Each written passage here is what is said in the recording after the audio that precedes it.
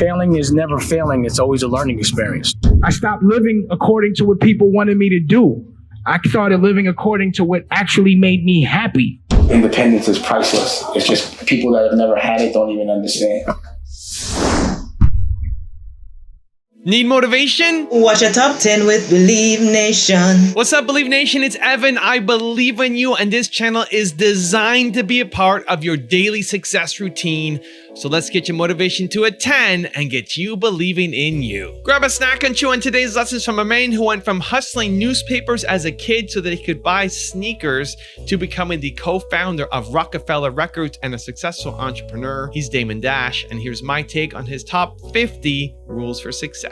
Also, if you want to know what Damon Dash and other successful entrepreneurs have to say about building unstoppable confidence, check out my 254 Confidence series, where every day for the next 254 days, I will send you a morning video for free to help you build your confidence. The link to join is in the description below.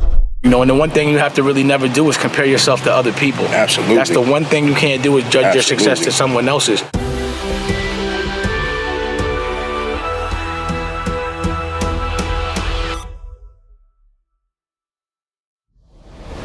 Okay, let's kick it off with rule number 1. Get out of the 9 to 5.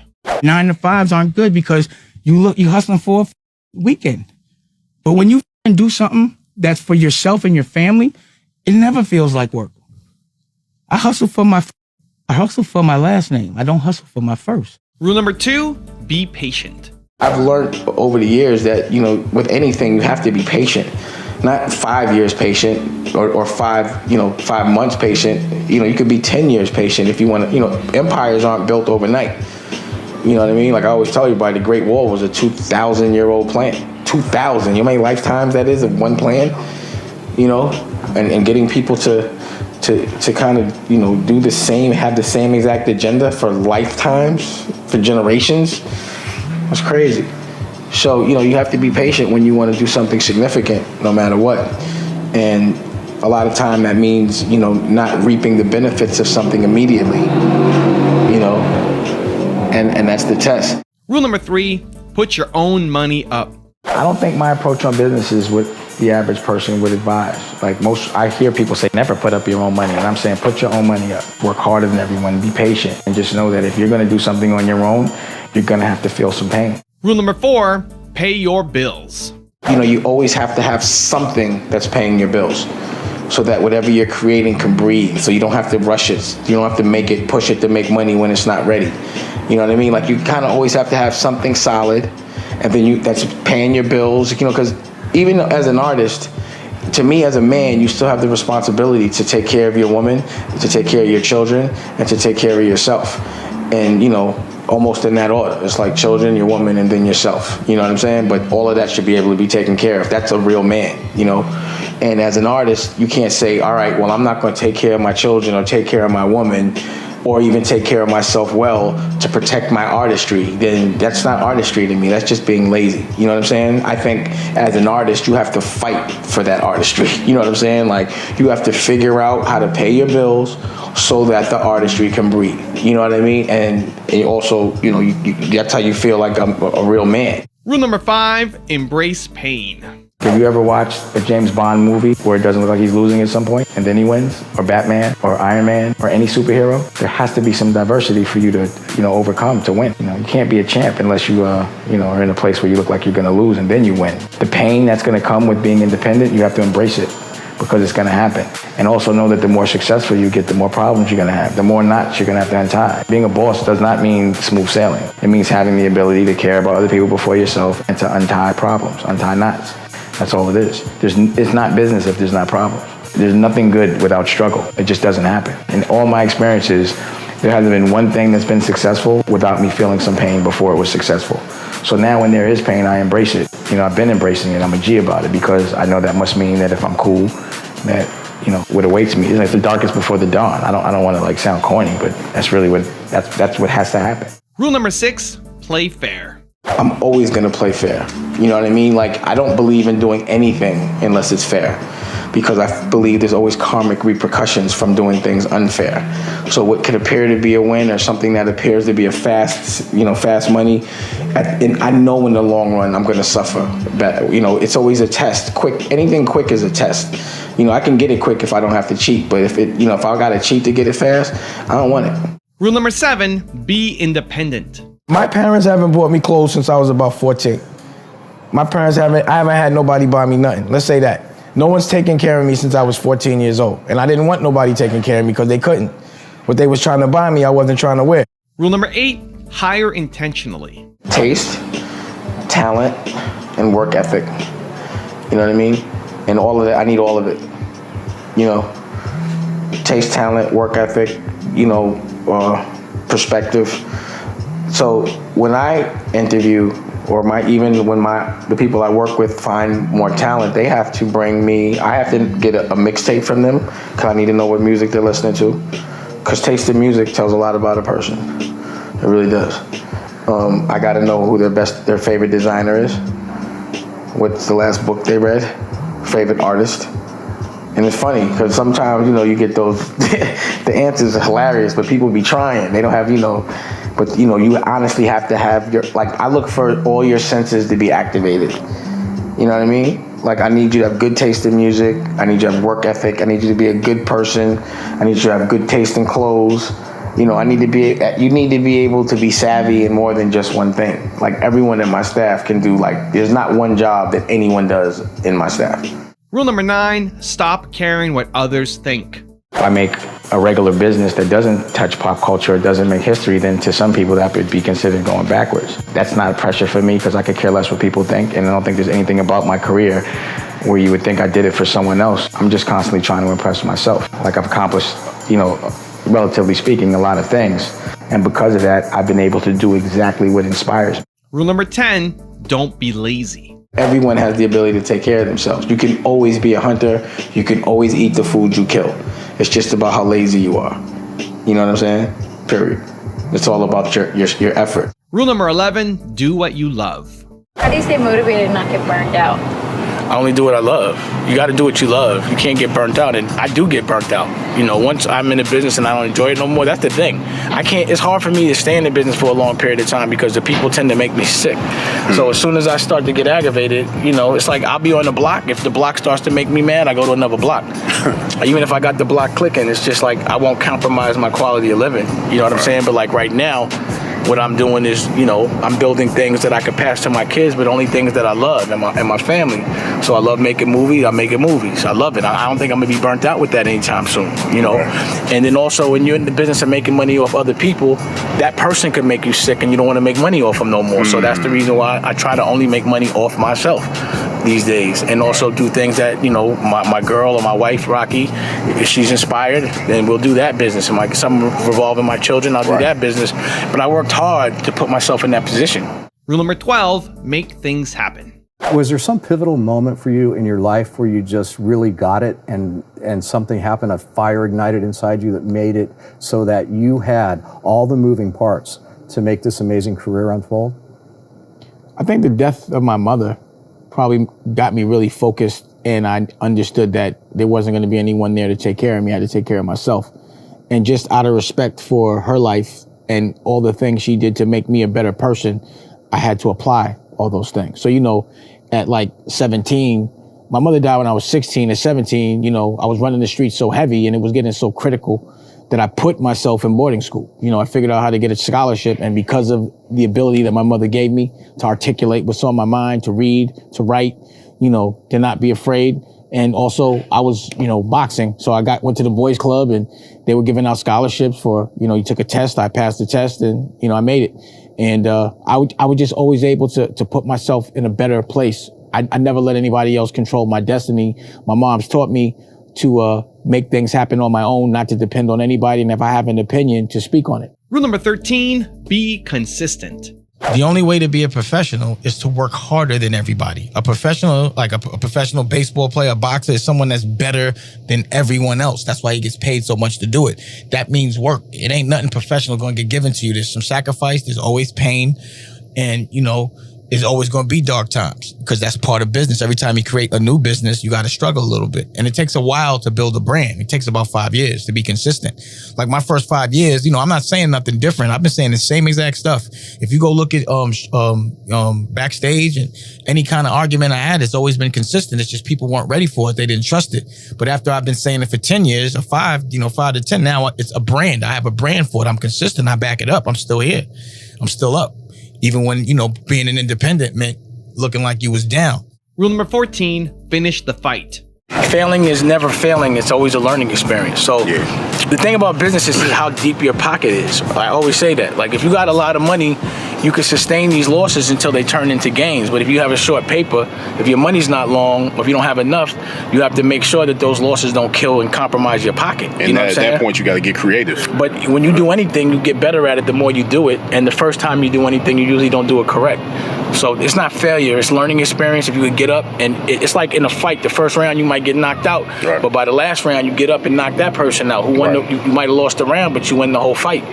But you got to lose some rounds in business, but at the end of the day, you want that unanimous decision. You got to keep going. You got to finish the fight. The question is, do you have the stamina to finish? Rule number 15, be fearless. But you get on the web and you check out who's Damon Dash, and there's so much crap. How do you deal with that, and how do you suggest other people deal with it when they reach a certain level of celebrity? I mean, when you sign on to being a certain level of celebrity, you got to know they're going to say things, and things are going to get eyeballs and get people to buy. You know what I'm saying? And I really don't care. And one of the reasons why I think I've been successful is because I didn't care. If I cared, I probably would be too scared to promote people that people don't want to promote.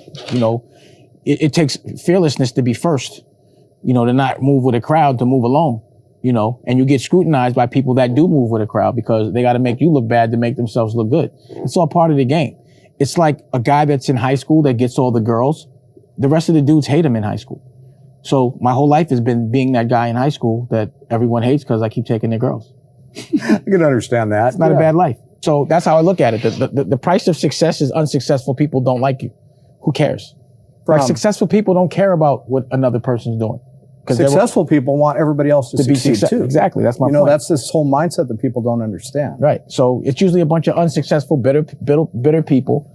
And, I was a guy in school that, got kicked out of every school. I was the class clown. I wasn't the guy that you would traditionally think would go this far. So me making it made all my teachers look stupid. Every principal that kicked me out of school looked stupid. I went to South Kent in Connecticut on scholarship. I didn't come back the next year. The next time I came back was on a helicopter and I landed it on the soccer field. When I got kicked out of Dwight in the 7th grade, my son came back and they were asking me, I put my son through there. I paid full tuition plus extras for tutoring, and they asked me to build a library. I'm like, the same principal that kicked me out is asking me to build a library. So it's egg on all their faces. My success makes a lot of people look like they were wrong, because a lot of people articulated the fact that I wouldn't be what I am today. And either way, I didn't care, but I think it's kind of funny. It's egg all over their face, scrambled. Rule number 16, be a boss. I think entrepreneurship is in everyone, but not everyone has the discipline for it. But anyone could be an entrepreneur, but not everyone wants to be an entrepreneur. Some people rather depend on other people because they feel like they don't have to work as hard. But being an entrepreneur means working hard. It means embracing struggle. It means being a leader. It means never sending somebody to do something that you wouldn't do yourself. A real boss would never send somebody to do something they wouldn't do themselves. A boss that tells somebody to do something that they wouldn't do is not a boss. He's a coward.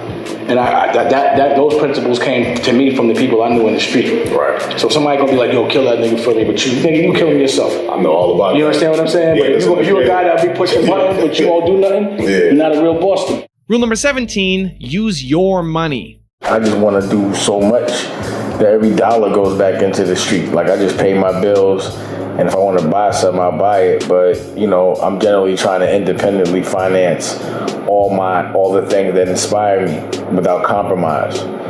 So every time I pay for, I already know I'm not holding no money. I already know how I'm spending my first $1 billion. I'm gonna buy a football team. You know what I'm saying? I have no intention on holding any money. And the only way to get to $1 billion is to keep putting money back into the companies and flipping. And I'm gonna just be flipping my whole life. That's just my game. As long as I got cash flow, I'm cool, But I don't really believe in holding no money. I think that's for suckers. Rule number 18, do new things. It's hard. You do a lot, and it's all relative. You know what I mean? Like the first time I heard a record on the radio, I was excited. The first time I saw my video on television, I was excited. The first time I saw a movie at a theatrical level, it was very exciting. You know, first times of anything are exciting, and I tend to have a lot of first times. You understand what I'm saying? Yeah, that's absolutely incredible. So I try to recreate that first time feeling by doing new things. You know, traveling the world is important. Opening up art galleries all over the world has been fun. You know, opened up an art gallery in Hong Kong was dope, as well as Charleston, as well as the Lower East Side, as well as Tribeca. All of those first times were great. You know what I'm saying? Being in different neighborhoods, moving, and not being scared to, you know, have growing pains and things to that nature. So it's all been really fun. It's been a blast. Rule number 19, have a plan. A business plan about a business that doesn't exist is a lie, because you can't say, like, what are your facts based on, because it hasn't happened yet. You can't really determine who's going to buy what and how much it's going to sell. You can't say, I'm going to make $1 million this year. Did you make $1 million last year? No. But what I'll do is put together it's like a script. I'll put together how I'm gonna make the goods, how I'm gonna market the goods, how much it's gonna cost to buy the goods, what's my margin, and then when I'm gonna sell it, and then how much I'm gonna put back into the business, and how much I'm gonna put in my pocket. Right. You know, it's that kind of thing. You know, I write things out. Like, if you look on the put that on the wall right there, right? If you can see it, you see the piece of paper, all that on the that's shit I gotta do. You know, I like to put things on the wall. I need to know what I got to do. I need to look at it. I need to cross it out. I don't consider that a business plan per se, but I have a plan. You know what I'm saying? Like, I have a plan. Plus, you want other people to understand the plan, because you can't do anything on your own. So you want to be able to articulate it to them a way they understand, and that they can look back at it, because I talk quick. And like you said, a lot of times I say shit, and you're like, I didn't understand that, but you're not going to tell me until a year later. Yeah. You know, so you want to have something someone can keep looking at, and they can see you crossing it off, and then they can kind of get it by absorbing calls, you know, by watching what you're doing. Rule number 20, serve others. You know, I support the arts and I give people platforms. You know what I'm saying? Like, to me, a real person that is supposed to be a leader is supposed to serve the people. You know what I'm saying? That's what you're supposed to do. You're not supposed to be worried about yourself. You know what I've been thinking about lately? You notice that in the music business, traditionally, it's the businessman that's robbing the artist, and the artist ends up with the behind the stories of where they are now. Where they at now? Nobody. All my really artists that them. I ever touch are rich. They doing well, and I'm the one that's always looking broke. Why? Isn't that weird? It's because I give it all away. I'm not trying to take an artist and have him in my pocket for his life and jerk him and have him resent me. You know what I'm saying? I'm ready to get him out my pocket and be like, look, man, go win, go eat, go be yourself, but leave me alone. Rule number 21, stand out from the crowd. At a young age, I remember getting yelled at in nursery school. Like, I was 4 or 5, and I felt this feeling of embarrassment. And at that moment, I was able to identify that feeling. And I was like, I will never let myself feel embarrassed again. So from then on, nothing. At that young an age? Yeah. I would just, you know, I didn't like the feeling. Like, I felt funny. I felt like I was shrinking. Like, you know, when Fred Flintstone gets yelled at and you get smaller? Yeah. I didn't like anybody making me feel smaller just by the energy of their voice. So it was almost like I put this repellent on where nothing could embarrass me. You know what I'm saying? So yeah. I just never really cared. And I never wanted to be a part of a crowd. I always wanted to be an individual. I hated when everybody looked the same. So it was like, it was corny to me to like something because somebody else liked it. So I was like that guy that was like, if you like it, I'm not gonna like it. You know, I always wanted to be first and never be last. I never wanted to like follow a trend. I've always wanted to start it. And I think that comes from the Harlem swag and all that. And that confidence is what made me not really care. So when I would speak about things that no one else was speaking about, or if I was going to do something that no one else did, I embraced that loneliness, you know, because it meant I was doing something right. Where other people weren't scared of standing out there on your own. And as a result of it, because I would always give 100 fearlessly and stand behind my point of view, I always got the reception that I thought that I deserved, which was, you know, being able to have the life that I wanted. Rule number 22, take control. Again, recognize what really makes you happy. If you feel like you're losing, you're losing. It doesn't matter what other people feel. So I know how it feels to be perceived as winning and be feeling like, I'm losing. I stopped living according to what people wanted me to do. I started living according to what actually made me happy. Like, if you're in a situation that don't make no sense, then get out of it. Don't make it make sense. 1 + 1 always equals 2. If you're not happy, change your life. Rule number 23, be independent. You got a kid from the streets coming up, and they're trying to make it in corporate, but they don't necessarily have. He's not gonna make it in corporate. Right. He's gonna have to create his own corporate. He's gonna have to buy things like he did in the street, like a T-shirt, right, for $5 and go sell it for $20. And the reason why he can do a lot of it is because of the internet. He can do it on his Instagram or on his website. Got it. Period. Right. And that's it. It's a flip. There's no difference. The only difference between corporate and independence is corporate doesn't use their own money. Yeah. It's always a fund, another fund, and another fund that throws into another fund. Right. And then the person that finds all that money gets a fee and acts like it's his. You know what I mean? Yeah. You know the game. That's corporate. Yeah. Corporate is a facade. Right. It's not yours. You can't give it to nobody. You can't give it to your family. You know what I'm saying? Yeah. A true man wants to make his life easier for his children, not himself. Right? So I can just have a job where I get fired or I die. I'm done. My kids don't get it. I'm gonna hustle for a pension. Hell nah. When the company sell, I don't get nothing. What you working for if it's not yours? How hard you gonna really work for it if you don't own it? Think about it. You're working for a paycheck. You're gonna do the least amount of work as possible unless you really believe there's a future in it. That's why with everyone I work with, and you can ask anybody in there, as soon as I get it in, I know that they got the ideals and the principles. If you help me, I'm gonna help you. My thing is I make people independent. I don't make them dependent. So if you notice, all the people I put on, they still doing it. Yeah. So you got Jay-Z, you got Kevin Hart, you got Lee Daniels, you got Rachel Roy. I didn't teach them how to be dependent on me. I taught them how to rob me. I taught them how to cut the connect out. Basically, I'm the dumbest person in the world if I'm corporate. I teach you how to get it without me, and I'm getting paid to be the middleman. Yeah. So once I teach you that you don't need a middleman, you get rid of it. Yeah. I ain't mad at you for that. That's why I taught you, because once I make your dream come true, I'm off to make my own. I don't want to sit around in your pocket all day. Rule number 24, work hard on your craft. Fight, expect to be uncomfortable. And if you're not devoting between 8 and 12 hours a day on your craft, then you're not really trying to be a professional. Right. Like, you got to realize you're trying to be competitive. Being a professional means being the best in the world. That doesn't just come with skill, that comes with discipline. Right. You know, that means you have to have a certain kind of work ethic. That means you're doing things that most won't. Right. People really don't understand it. Like, they think they got skill, so everything's going to come to them. Skill is actually like a curse. I've seen people with no skill that realize it and understand that they have to work hard to get this skill, work so hard that they do better than the people that have skill and that are arrogant and entitled, that feel that it should just come to them, and then they just become a waste. Right. You know, having potential is bullshit if you don't realize it. Right. It becomes corny. Like, you're the cool guy when you have potential, but like 10 years later, if you don't realize it, then you're the corny guy. Right. You know what I'm saying? And I never want to ever be that guy. Rule number 25, leave your comfort zone. What does it truly mean to be independent? Just to be able to do whatever I want to do whenever I feel like it. You know what I'm saying? Like, I couldn't imagine, like, that's why I hated school. I just, you know, and I'm not saying people should hate school, but I just couldn't stand a teacher that I didn't think was cool or smarter than me telling me what to do. And then I had to sit there and listen. But for anybody who actually has that fear, like that wakes up and they deal with that fear and they go into a job and they're in between deciding if they're just going to go out and be independent or not, like, what are your words for them? I would say blindly do it. Quit and figure it out. The more uncomfortable it makes me feel, the better. You cannot be great comfortable. Ever. Rule number 26, make good products. I don't believe I should have to be nice to get somebody to give me something. If my product is good, no matter how I act, you will pay for it. You know, and that's another principle that I learned in the street. When people want their drugs, they'll line up, they'll get told what to do, they'll be yelled at, they'll be talked to. Get in the back of the line. I'm only taking 20s. Don't even come in here with $1. That kind of thing. No one's nice to the drug dealer. Don't have to be nice. His work got to be good. And that applies exactly in real business. As long as your work is good, people will come. When your work isn't good, you have to have gimmicks, right? So in the street, you got 2 for $5, $3 bottles, chicken bags, but usually the work's not good, right? So in this world, when you overcompensate, when you don't have good work, you overcompensate with attention.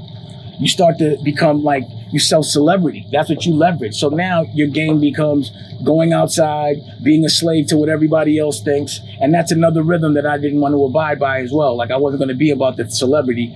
All I want to do is be about good product, good work, be respectful, make an honest living, and work with honest people. And the internet has made it really possible to do that because, again, you can make your product, you can promote your product, you can sell your product, you can collect the data and have that relationship direct with your consumer. Rule number 27, be selfless.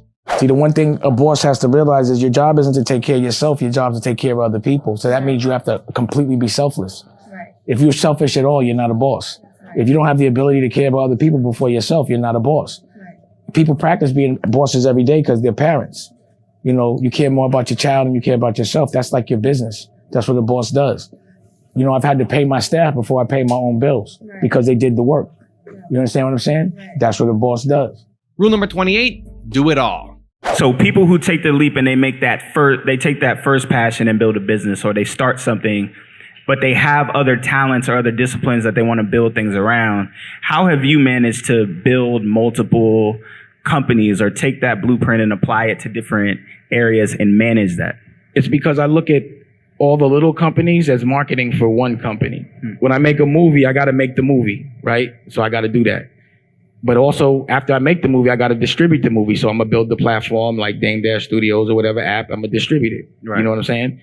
Then while you're watching the movie, like you got to wear clothes. I wear clothes. I like to make clothes. I have the ability to do it. I was in the fashion business, still am. So I make all the clothes. It's a commercial for the clothes. I like music, but not in a traditional sense. I don't want to monetize and then exploit artists, but I do have a deep catalog of music that I've made while I was just inspired in the moment. I could use the music in the movie. So now you can sell the music, you selling the fashion, people drink, right? So why won't you drink the liquor that I make? I make the liquor. So then now you can, drink the liquor. But I'm just saying, so everything you see, I feel like I want to make because I have the ability to do it. You know what I'm saying? Right. So I do it. So I basically leverage the things that people pay for.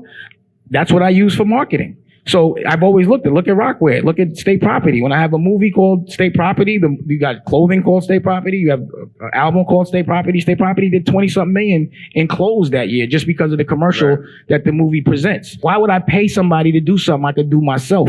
Like, why am I gonna pay a bodyguard when I could fight? Rule number 29, architect your life. See, the thing is, you got to think about your future at all times. What do you want to look like in 10 years? What do you want your day to look like? So at 35, I'm like, at 45, I'm definitely not going to be trying to be getting up and going to an office and running behind artists. I'd rather be sitting by the pool. Yeah. So then I started investing, and that's called architecting. It didn't take like overnight, but I had to know what I wanted and I had to visualize it to make it happen. Be able to also work on me. Like I was sick of investing in other people. Yeah. Making money off other people, making other people's dreams come true, and then it has to be a beef and I don't feel like hanging around no more. Yeah. You know what I'm saying? It got to look like it's, me or whatever. Fighting for people that just, the crazy thing is the more you fight for people, the more people try to make it look like you're fighting for the wrong reasons. And I don't care what people think, so it doesn't matter. But if I'm going to do all that, I was like, if I'm going to fight, I'm going to do that for me. Right. I'm going to do that for my family. I'm going to do that for people that are going to give back. See, there's givers in this world and there's takers in this world. So when you get givers together, it's just a love fest. Yeah. When you get a giver with a taker, it's a lopsided relationship. And usually the taker always feels like they deserve more and don't give shit and shit up. You feel what I'm saying? Yeah. So I've been able to architect it down to that, like the kind of people I want around me, the way I want the intent of the people around me. Right. Have you always created your 10-year vision, or is that something new that you started doing? Yeah, always. So you always knew, it was like crystallized in your mind, like exactly like where you were going to be 10 years from where you were? Yep. Yeah, that's cool. You have any tricks or tips that you can help? You have to, again, visualize what you want and work toward it. If you don't have a script, it's kind of hard to shoot the movie. Yeah, right. Rule number 30, learn everything. What I try to do when I start companies is learn every single job before we start hiring. So for example, with Damon Dash Studios, I actually got Boogie running Damon Dash Studios and Roc-A-Fella, editing and posting and doing the thing so that when they hire somebody, they'll know what to tell them to do and they'll know how long it takes and they'll know if that person's doing their job or not. Smart. Just like you gotta work the cash register first. Rule number 31, be independent. Independence is priceless. It's just people that have never had it don't even understand. And I don't even expect them to, And independence means usually putting up your own dough. You have to put up your own money. That's independence. If someone else is putting up the money, that's dependence. You understand what I'm saying? Now you gotta move when they say move. You have to ask. You have to be nice.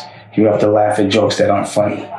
You know what I mean? You have to be around a racist and let them say little things, little cute things. A nerd square that wouldn't survive in the street. And independence is like being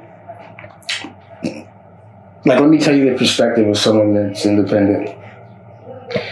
If there's like a wild dog and he has to literally eat the food he kills, he cannot eat unless he kills something that day.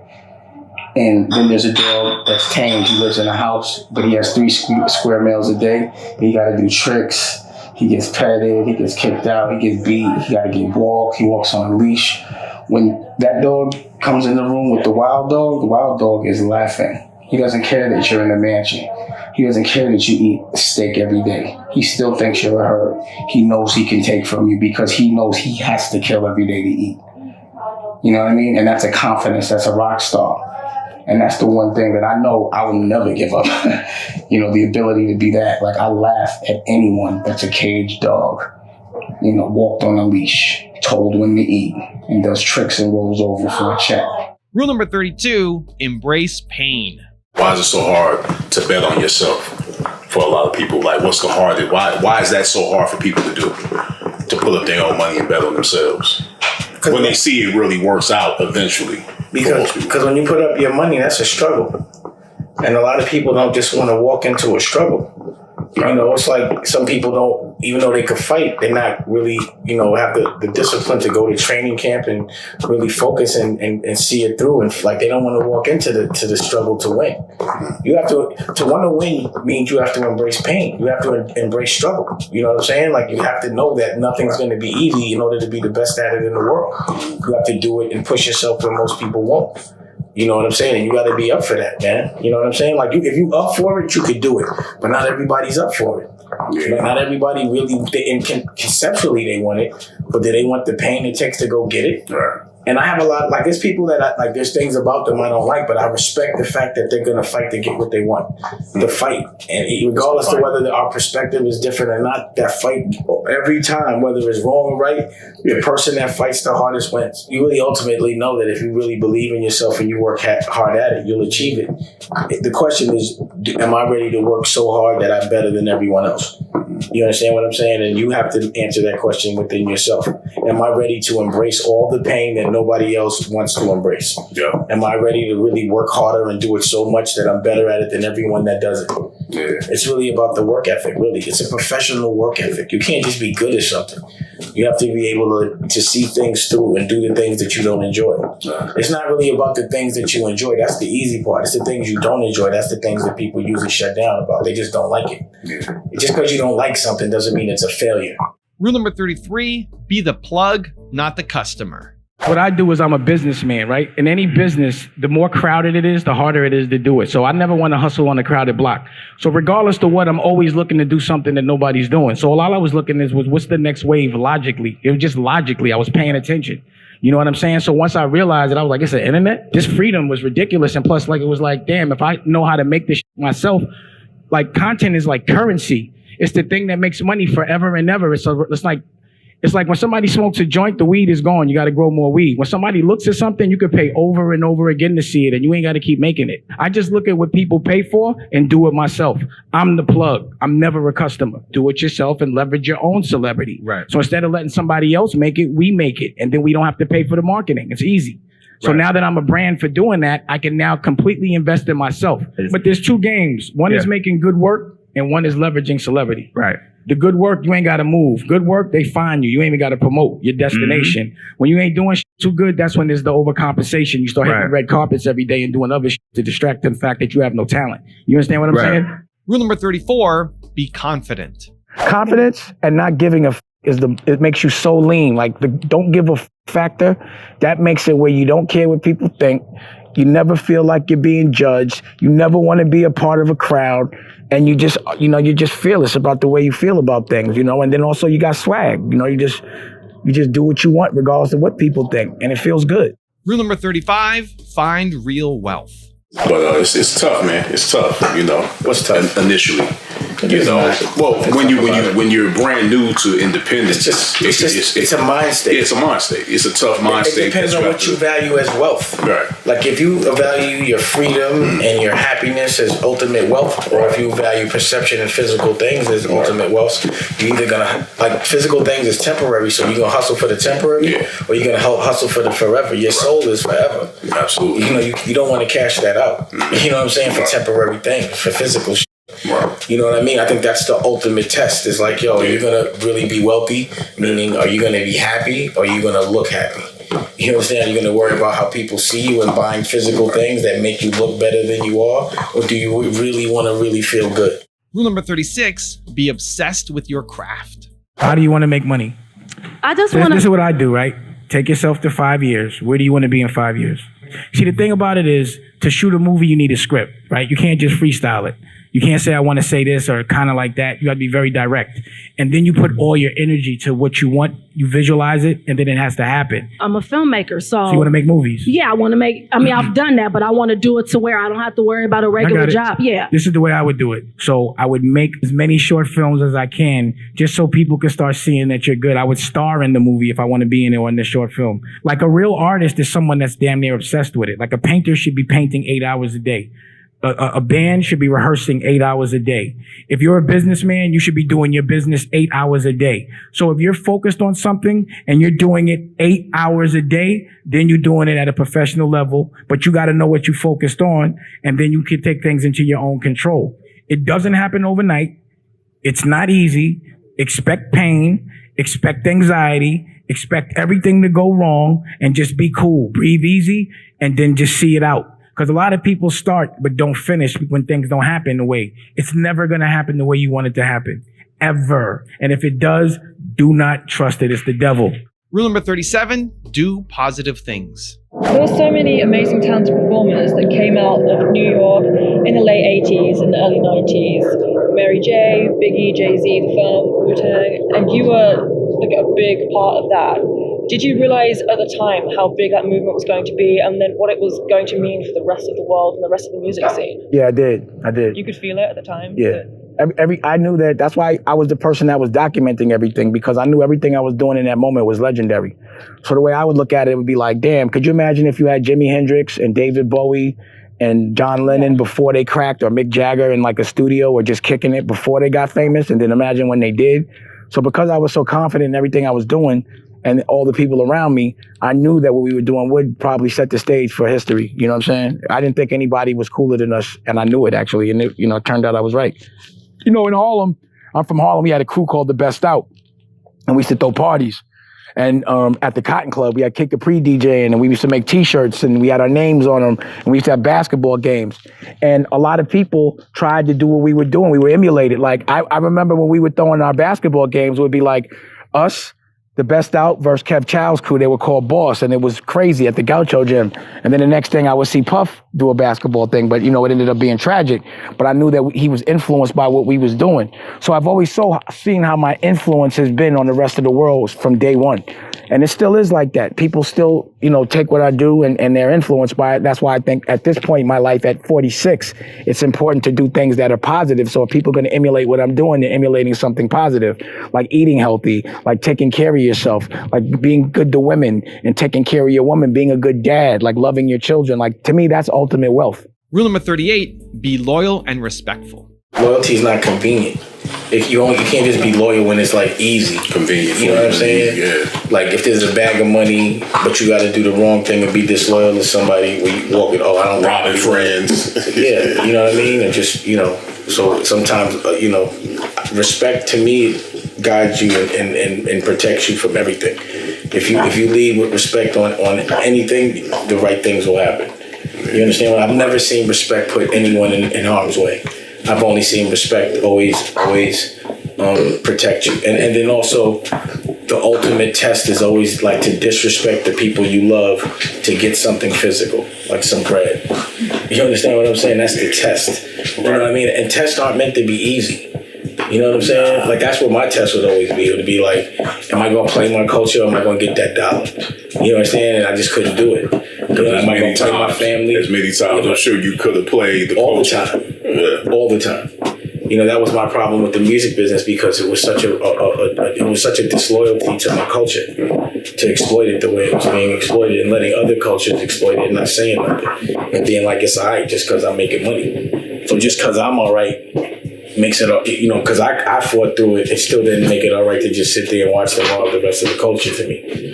That's what I always fought for. You know what I mean? There was like guilt with it always. You know what I mean? Just being around people I didn't want to be around. Rule number 39, approach things differently. When people make me the underdog, it's funny because they don't understand what the game I'm playing. Just because I'm not playing your game or just because I'm not moving at the pace you're moving, it don't mean I'm wrong. You know what I'm saying? Your win ain't the same win as mine. And it's never been. Like what I've always, like when someone thought a record deal was dope, I was like a label deal. You understand? Like you got a record deal, you should have a label deal. You know, you might have a TV show, you should have a network. You know, that's just how I think. I have boss thoughts. I'm always thinking boss. I don't know what chapter right there. Boss thoughts. I don't calm down. Yes.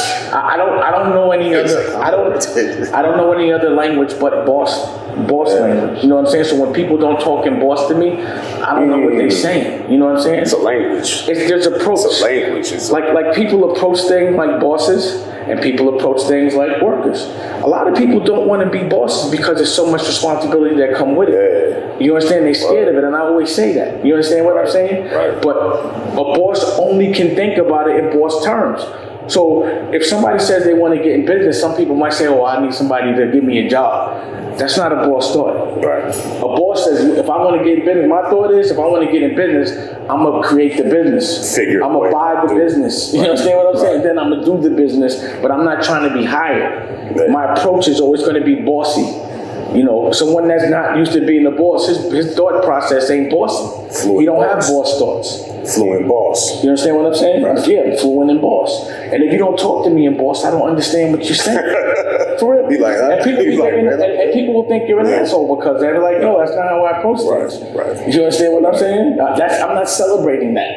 That you got a job. When you hear boss talk, it's like, I speak that. Yeah. I speak that language. You can tell when somebody else talks boss. Yeah. Just by their approach on things. And someone that talks boss doesn't speak any other language.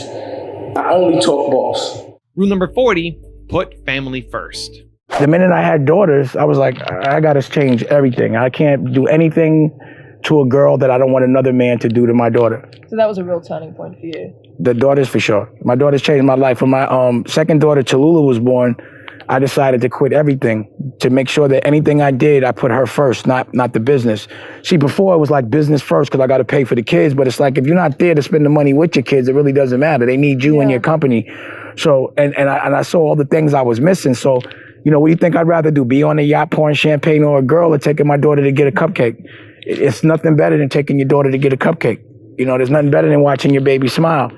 You know, so it's true, you know, but it's like seems obvious, but you know, Lotto is really like energy. It's love. It's not like physical money, which really doesn't mean anything. It's just how good you make someone feel. It's how good your woman feels, how good your children feel. Like you have as much money as you know, billions of dollars, but if you're unhappy and you're lonely, you broke. If your kids are unhappy, you broke. You know, if your woman's unhappy, you broke. Rule number 41, do what makes you happy.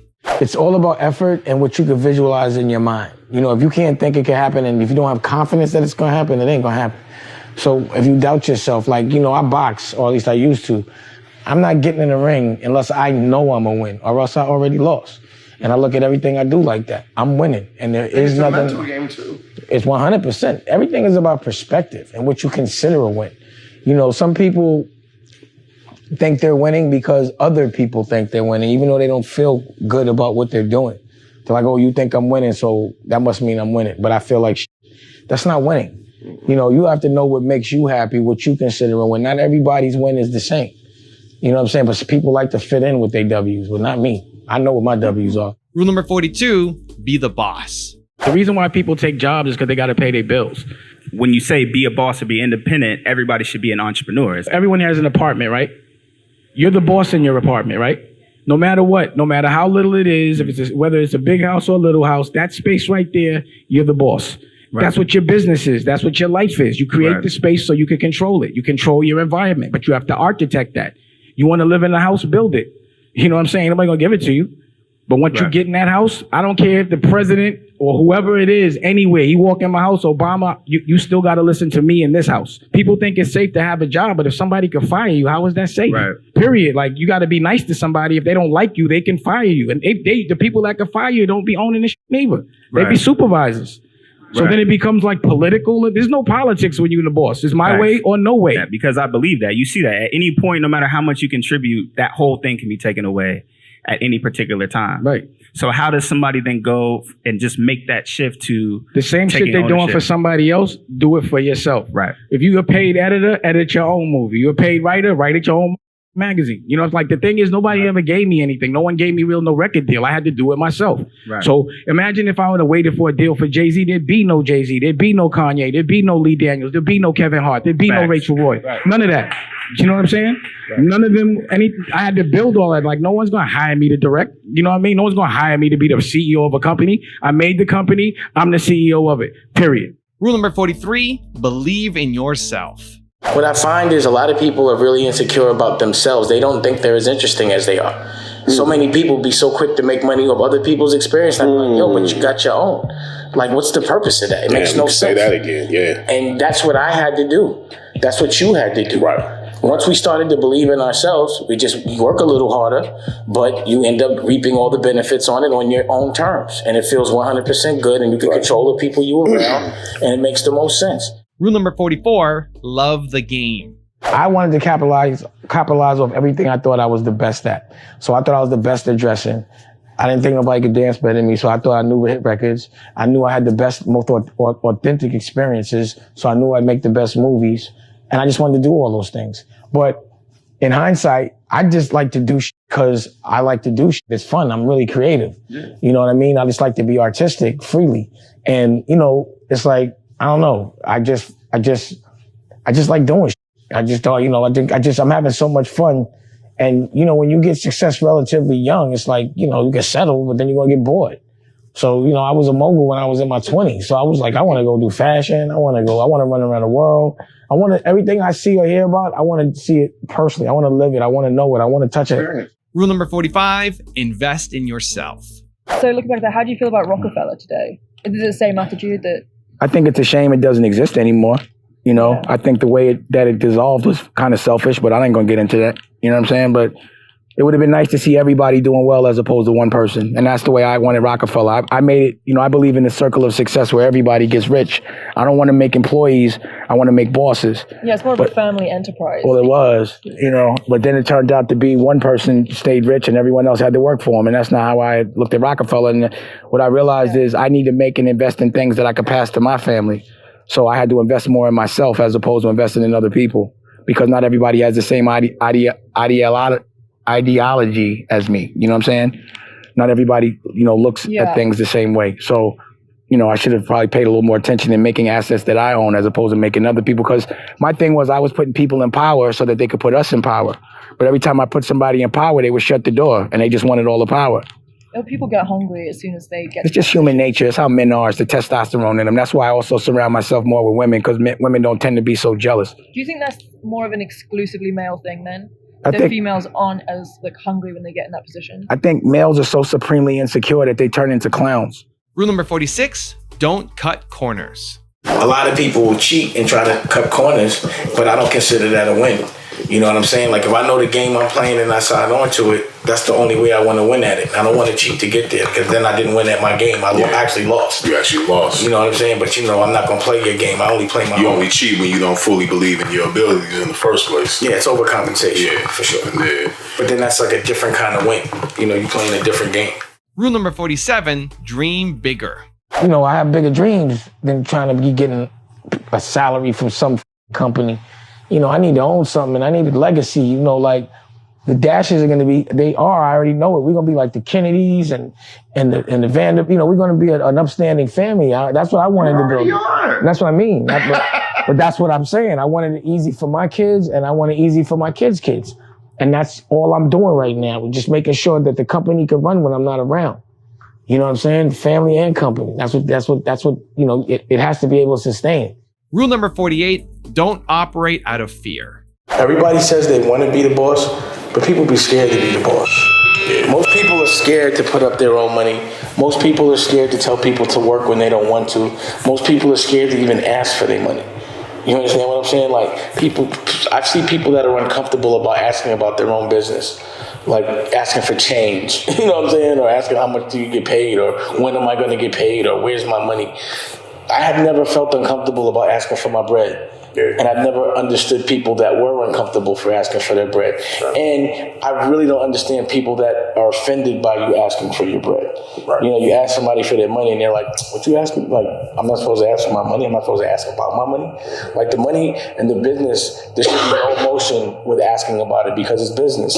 There should be no fear. You should never be ashamed to ask for your change, ever, you know, or to scrutinize a bill. Rule number 49, stay ahead of the curve. After my daughters were born, I shut down everything I was doing. I invested all my money at Rachel Roy, and then I just opened up art galleries where creative people could come and coexist and make things happen without compromise the quality of living. Yeah. So I opened up DD 172, which was a 10,000 square foot gallery in the most expensive real estate in Manhattan, in Tribeca.